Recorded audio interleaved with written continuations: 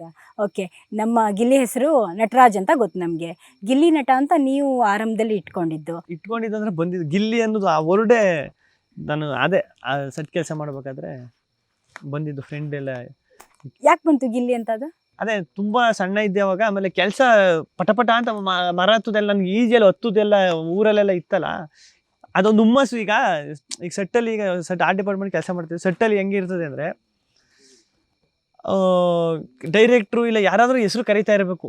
ಬಾರೋ ಇವನು ಸೆಟ್ಟು ಅಂತ ಕರಿತಾ ಇರಬೇಕು, ಇಲ್ಲ ಹೆಸರು ಹಿಡಿದು ಕರಿತಾ ಇರಬೇಕು. ಅದು ಒಂಥರ ಕೇಳೋಕೆ ನನ್ನನ್ನು ಕರಿತಾವ್ರೆ ಅಂತ ಹುಮ್ಮಸ್ಸು ಇರ್ತದೆ ಅಲ್ಲಿ ಕೆಲಸ ಮಾಡೋಕೆ. ಹಂಗೆ ಮಾಡಿ ಗಿಲ್ಲಿ ಗೊತ್ತಲ್ವಾ, ಎಗರುತ್ತಂಗೆ ಗಿಲ್ಲಿ ಎಗರ್ದಂಗೆ ಗಿಲ್ಲಿ ಎಗರ್ದಂಗೆ ಅಂತ ಗಿಲ್ಲಿ ಅಂತ ಬಂತು. ಆಮೇಲೆ ನಾನು ಅದಕ್ಕೆ ನಟ ಸೇರಿಸ್ಬಿಟ್ಟು ನಮ್ಮ ಅಪ್ಪ ನಮ್ಮವ್ವ ಇಕ್ಕಿದ್ದೆ ಹೆಸರು ಇತ್ತಲ್ಲ, ಅದಕ್ಕೆ ಯಾಕೆ ಮೋಸ ಮಾಡೋದು ಅಂದ್ಬಿಟ್ಟು ಅದ್ರಲ್ಲಿ ನಟ ತಕೊಂಡು ಗಿಲ್ಲಿ ನಟ ಮಾಡ್ಕೊಂಡು.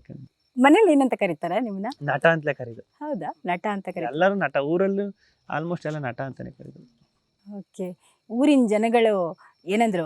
ಆಗ ನೋಡಿದ ಗಿಲ್ಲಿಗೂ ಈಗ ನೋಡಿದ ಗಿಲ್ಲಿಗೂ ಏನು ವ್ಯತ್ಯಾಸ? ಅವರು ನಿಜವಾದ ರಿವ್ಯೂ ಮಾಡೋರು. ಮೇಡಮ್ ಅವರು ಅದೇ ನನ್ನ ಗೆಲುವು ಅವ್ರ ಗೆಲುವು ಅಂತ ನೋಡ್ಕೊಂಡು ಆರತಿ ಎಲ್ಲ ಮಾಡಿ, ಅದು ಹೂನಾರ ಹಾಕಿ ಸಂಭ್ರಮ ಮಾಡಿ ನಿಂತು ಕಾದು ಗಿಲ್ಲಿ ಬರ್ತಾನೆ ಅಂತ ನೋಡಿ ಎಲ್ಲ ಒಂದು ಊರಲ್ಲ ಮೇಡಮ್. ಈಗ ನಮ್ಮ ಮಳವಳ್ಳಿಲಿ ನಡೀತಲ್ಲ ಮೇಡಮ್, ಒಬ್ಬರು ಇಬ್ಬರಲ್ಲ, ಅಂದರೆ ಬರೀ ನಮ್ಮ ಕಡೆಯವರು ಈ ಭಾಗದವ್ರು ಮಾತ್ರ ಅಲ್ಲ ಮೇಡಮ್, ಎಲ್ಲ ಕಡೆಯವರು ಬಂದಿದ್ರು ಮೇಡಮ್. ಅಲ್ಲಿ ಉತ್ತರ ಕರ್ನಾಟಕದವ್ರು ಅಲ್ಲಿಂದ ಬಂದು ಆ ಪ್ರೀತಿ ಅವ್ರು ಹಂಗೆ. ಉತ್ತರ ಕರ್ನಾಟಕದಲ್ಲಿ ಅಲ್ಲಿ ವಿಶೇಷತೆ ಏನಂದ್ರೆ ಅವ್ರು ಬೆಳೆಸ್ಬಿಡ್ತಾರೆ ಮೇಡಮ್. ಇಷ್ಟ ಆಗ್ಬಿಟ್ರೆ ಅದೊಂದು ಸಖತ್ ಇಷ್ಟ. ಯಾರು ಏನು ಅಂತ ನೋಡಲ್ಲ, ಬೆಳೆಸ್ತಾರೆ. ಅಲ್ಲಿಂದ ಬಂದಿದ್ರು, ಮಂಗಳೂರು ಈ ಕಡೆಯಿಂದ, ಮಡಿಕೇರಿ ಈ ಕಡೆಯಿಂದ, ಮೈಸೂರು ಎಲ್ಲ ಭಾಗದವರು ಬಂದಿದ್ರು ಮೇಡಮ್. ಅಲ್ಲಿಗೆ ಹೇಳಿದ್ರು, ನಾನು ಇಲ್ಲಿಂದ ಬಂದು, ನಾನು ಇಲ್ಲಿಂದ. ನನಗೆ ಎಷ್ಟು ಖುಷಿ ಆಗೋದಂದ್ರೆ ಅವಾಗ, ಅಯ್ಯೋ ಹೆಂಗಪ್ಪ ಇದು.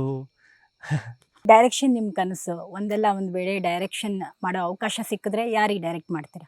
ಅದೇ ಹೇಳಿದೆ ನಾನು ಮುಂಚೆನೇ ಹೇಳಿದೆ, ನನಗೆ ಕಾಮಿಡಿ ಸಿನಿಮಾ, ಕಾಮಿಡಿ ಸಬ್ಜೆಕ್ಟ್ ತುಂಬ ಇಷ್ಟ. ಸರಣಿಗೆ ಮಾಡಬೇಕು ಅಂತ ಒಂದು ಆಸೆ.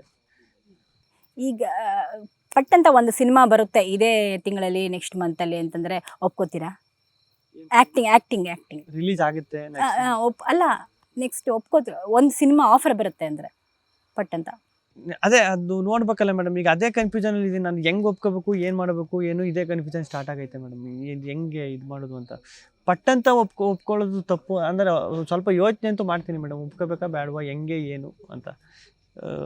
ಅದೇ ಸಿಕ್ಕಿದ್ದು ಅಂದರೆ ಹೊಟ್ಟೆಪಾಡು ಅದು ಎಲ್ಲ ನಡಿಬೇಕಲ್ಲ, ಮಾಡ್ತೀನಿ ಅಂದರೆ ಒಪ್ಕೊಂಡು ನೀಟಾಗಿ ಅದಕ್ಕೆ ನನಗೇನಾರು ಮಾಡಬೇಕು, ನಾನು ಅದಕ್ಕೆ ಸೂಟ್ ಆಯ್ತೀನಿ ಅಂದರೆ ಮಾಡೋಕ್ಕೇನೆ ಮೇಡಮ್. ಅದಕ್ಕೆಲ್ಲೋ ಬಂದಿರೋದು.